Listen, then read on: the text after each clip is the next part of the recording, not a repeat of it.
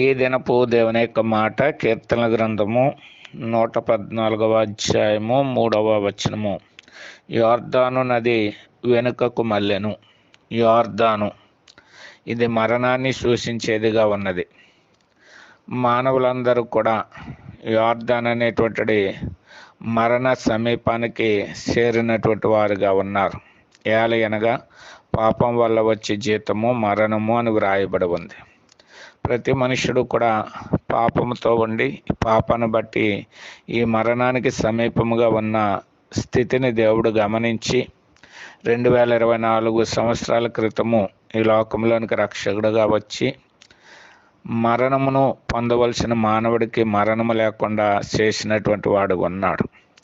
ఎవరైతే అయినా మన కొరకు మరణించినారని విశ్వసించినారో వారి యొద్ద నుండి మరణము వెనుకకు మళ్ళినట్లుగా మనం చూడగలుగుతున్నాం.